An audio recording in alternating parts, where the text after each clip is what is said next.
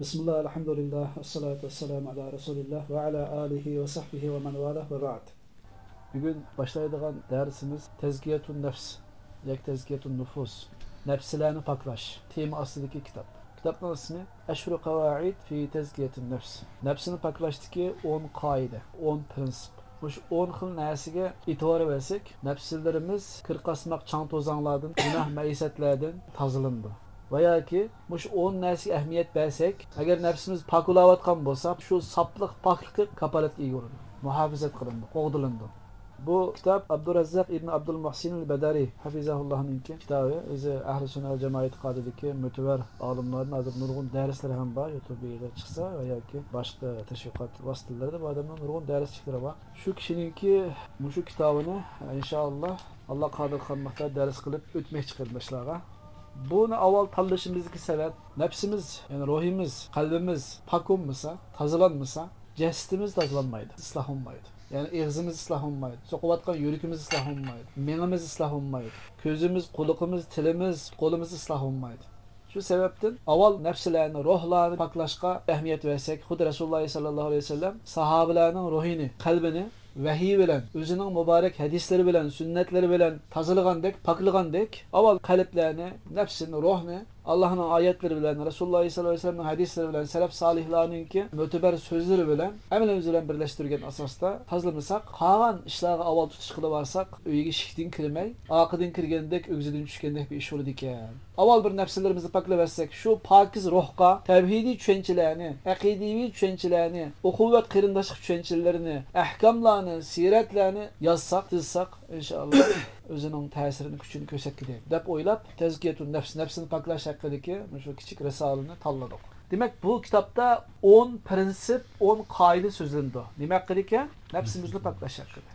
Kitap kirişte ilgili nefsi degen nime? Bu nefsinin başka türleri var mı yok? Bunun nime ehmiyeti var? Bu şekilde kısaca bir dikkatimiz kırmışlar. Ölümala en-nefs cevherul insan dep şerhini vergen. Yani nefs insanın cevheri, göheri. Daraxtninki asasi cevheri qayeri? Yildizi. Binanınki cevheri qayeri? Bu asas. Şuna injiner binanın çırtıyocunu sızgan vaxtida, layılgan vaxtida bu asas haqqida kallı qatırdı. Çünkü bunun hem mesuliyeti var. Demek xuddi binanınki cevheri ul asasi, bir küçetnin cevheri yildizi bo'lgan o'xshash, insonning cevheri qayeri ekan? Biz to'xtalmoqchi bo'lgan bu nafs ekan qarindoshlar. Nafsin haqqida ulamalar har xil sharhlarni bergan. Yani bu nefsiliğimiz ruh, bu nefsiliğimiz can. İkisi asas bir gap. Can çıktı, ruh çıktı bir gap koya. Bu nefsiliğin kalp. Kalbi sokuştun, jürkü sokuştun toxtu dedi şu bir gapını. Bu nefsiliğin akıl diye ölüm alım. Hatta insanga mı işiltimiz bu nefsini diye ölüm alım. Bu şekilde gelgen ayet hadislerine tayinip durur. Hem de bu her birisiga delil keltirimiz desek vaktimiz biraz uzrak küçük qarindoshlar. Çünkü ruh, can, akıl, kalp, insan diğerlerine köp ayet hadisler kelgan. Mesela akıl dese nima deb qolmanglar? İsa alayhisalomninki Allah subhanahu ve taolaga nida qilib turib, estağfirullah. Ta'lamu ma fi nafsi ve la a'lamu ma fi nafsik. Mening nafsimda bo'lgan narsani sen bilasan, sening nafsingni men bilmayman ey Allah deganni ba'zi mufassirlar deydi. Mening aqlimga kechgan, zehnimga kechganlarni sen bilib tursa, ammo senda bo'layotganini men bilmayman deb tafsir qildi. Yuqori nafs insonning javhiri dedik. Nima uchun desa, dal bu nafsida hayotlik bor. Can deganlikka ruh deganlikka hayotlik bor da. Dal bu nafsida yaxshi yomon nes qilish bor. Bu nafsida harakat bor. Bu nafsida iroda qilish bor. Idrak bir narsani bilish erkinlik ham bor. Fikr qilish iqtidori bor.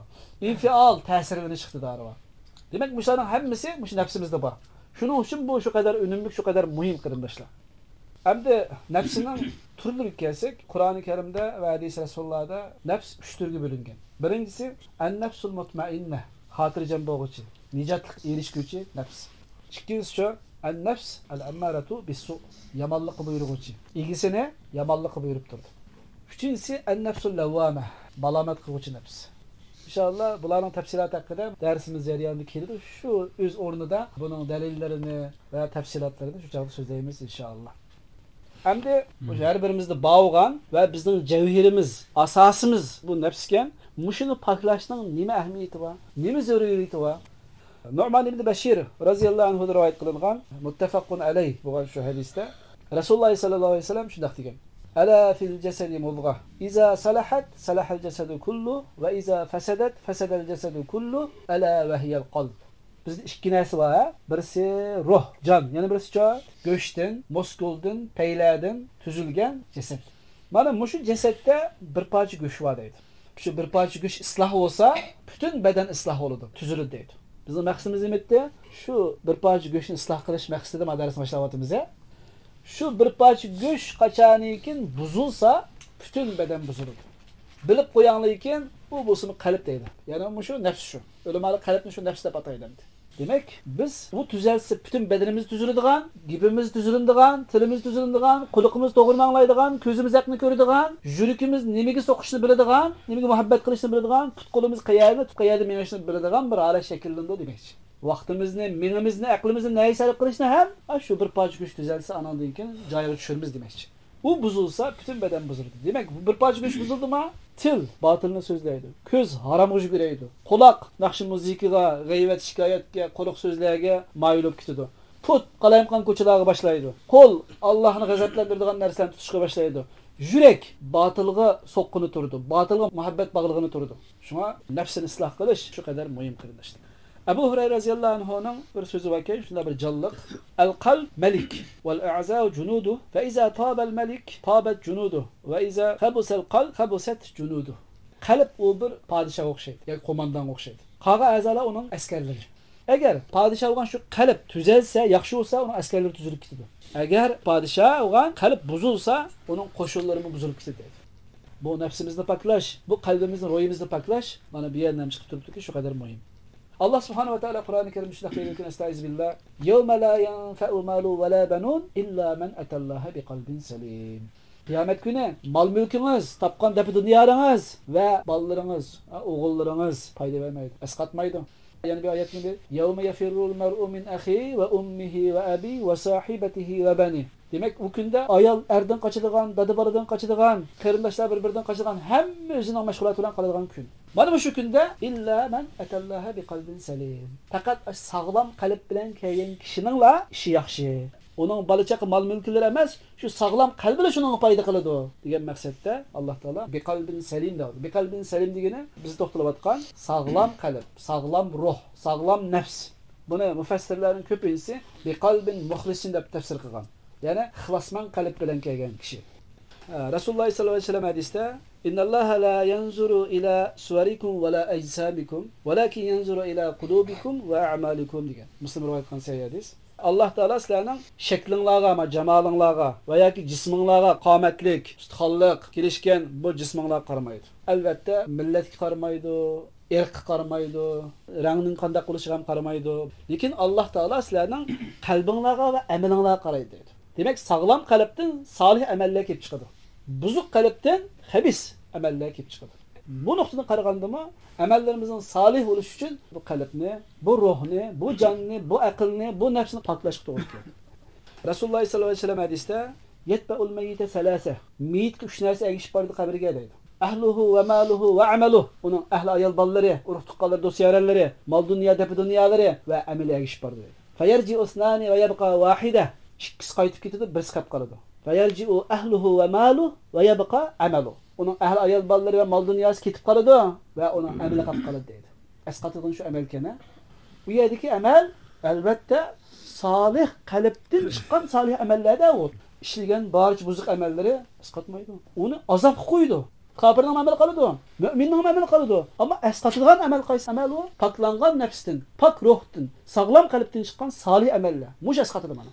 Kafirning qilgan amali uchun onunga hamroh bo'ladi va onunga azob bo'ladi. Farq oyat hadislarda bu nafsimizni poklashninki ne kadar muhimligi shunda ochiq ko'rinib turibdi. Qarindoshlar, men yana shuni asl deman, realligimizni qarasak, bütün mushkulotlarimiz, bütün g'am qayg'ularimiz dal nafsimizning pok bo'lmaganligidan kelib chiqadi. Mayli oiladagi kelishmasliklar, mayli bolalarimiz bilan bo'lgan muomalalarni ketkizib qo'yishlar, mayli qarindoshlar bilan bo'lgan ijtimoiy munosabatdagi sal qarashlar, mayli telefon bilan bo'lgan muomalani joyiga tushirmaslik, telefonning ijobiy taraflaridan bakrak salbiy taraflarga ko'p urinib ketish. Dal shu nafsimizning pok bo'lganligidan, qalbimizning, ruhimizning bir oz kirashganligining alomati. Allah subhanahu wa ta'ala bilan bo'lgan haqni o'z joyiga yetkazolmaslik, Allohning haqqini berolmaslik. Ammatan bütün İslam ümmetinin, xassatan Şərq Türkistan musulmonlarining va yoki atrofimizdagi do'st yaranlarimizning va yoki uyimizdagi ayolimizning, balalarimizning, ya'ni haqqul abd, bandalarning haqqini joyida berolmaslik, yana shu nafsimizning kirlashganligining, nafsimizning pok bo'lmaganligining alomati. Nafsimizning haqqini joyida o'zining o'rnini qo'ya olmaganligimiz, bumi yana nafsimizning ro'yimizningki pok bo'lmaganligi, buni poklashning yo'llarini bilmaganligimizdan kelib chiqadi. Bundan başqa bizga talab bo'lgan mol chorvalar, bog'varallar yoki uyingizdagi uningki sharoitlarini qisib qo'ymay yaxshi qilib berib boqqan qushlaringiz, beliqlaringiz va yoki gul-giyohlar bu mahluqotlarning haqqi va haqqul mahluqat deb 4-haq bu. Bularning haqqini ham joyida bermaslik, yana shu nafsining pok bo'lmasligi, ruhning, qalbning isloh bo'lmaganligidan sizga talab bo'lgan yuqorqi mahluqotlarning haqqiga ham tajovuz qilib qo'ysiz, zulm qilib qo'ysiz. Demak, butkul mushkulat bu nafsining pok bo'lmasligidan, kirlashganligidan kelib chiqadi qarindoshlar. Vatanimiz Şərq Türkistanning ne ismimiz onun bilan o'xshamaydigan, ne chiroyimiz onun bilan o'xshamaydigan, ne e'tiqodimiz onun bilan o'xshamaydigan bir past millatning qo'li qap qilishlik sabablarning eng tubki sababi qaysi qarindoshlar? Bu bo'lsa ichki sababki nafslarda masala bor, ruhlarda masala bor, qalblarda masala bor. Kirlashgan bu qalblar, bu ruhlar tozalanmagan. Xitoyning kofirligi, tajovuzchiganligi, zolimligi, ochko'zligi, hasadxo'rligi, eski yaman qo'shni ekanligi bu tashqi omil bo'lgan bo'lsa, asosliq ichki omil yuqorqi sabab. Shuna ulamada deydi-ki, har qanday xafalık musibatning ikki sababi bor dedi. Birinchisi asbabud daxiliyya, ichki sabab. Ikkinchisi shu asbabul xorijiyya, tashqi sabab. Bir misol keltirsak, bir odam turmaga kirib qoladi. Shuningdan shu ikki xil sabab bor. Birisi gunoh ma'siyatlari tufaylidan kirdi turmaga. Ko'pincha. To'g'ri, payg'ambarlar, solihlar, muttaqiylar, Allohning avliyolari, do'stlari darajasini oshirish uchun Lavhul Mahfuzda bitilgan shu oliy maqomga yetkazish uchun Alloh taolo uni imtihon qilib turmaga kirgizdi. Yusuf alayhisalom turmada yotgan masalan. Rasululloh sollallohu alayhi vasallam Hashim jilg'isida 3 yil qolib ketgan masalan. Ayyub alayhisalom har xil rivoyat va 18 yil, 17 yilligida kasallik azobini tatgan misolan. Va yoki shahidning o'g'li shahid bo'lgan, ya'ni ikki shahid Yahyo alayhisalom bilan Zakariya alayhisalom bularni qillisi kesilib zolimlar tomonidan shahid qilingan misol. Bular hergiz ma'siyat tufaylidan, xatolik tufaylidan, nafsi pakunmaganlik tufaylidan bunday musibatga uchirdi, deyish nauzubillah bu cho'ng xatolik. Payg'ambarlar ma'sum. Ularning Alloh taolo darajasini ustun qilish, jannatga oliy maqomga yetkazish, ummatga yetakchi qilish uchun ashunday imtihonlarni qilib sinagan. Ba'zini kasallik bilan, ba'zini turma azobi bilan, ba'zini farzandlaridan ayirib qo'yish bilan, ba'zisini o'zining xalqining yurtini qo'g'lab chiqarish bilan degandek har xil imtihonlarni qilgan. Ammo payg'ambardan boshqa har qandig'imiz ko'pincha xatoligimiz tufayli musibatlarimiz. Dalil: Estağfirullah ve ma asabakum min musibatin febima kasabat aydikum ve ya'fu an kaseer. Sizlarga yetgan musibatlar qilmishinglar tufaylidir. Ammo Alloh ko'plarni kechiruvdi deydi. Ve ya'fu an kaseer. Agar Alloh kechirmaydigan bo'lsa deydi mufassirlar, banda musibatdan qutulanmay, musibatdan bosh ko'tarmay o'tib ketdi deydi. Alloh taolo mehribon zotkan.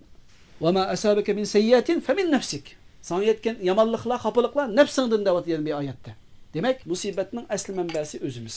Biz to'xtalmoqchigan bu nafsining pok bo'lmaganligi, xatoliklarga uchib qolganligi, shaytonning hilimikiligi desab, shaytonning asir bo'lib qolganligi, mahkum bo'lib qolganligi, mana bu ikki sabab.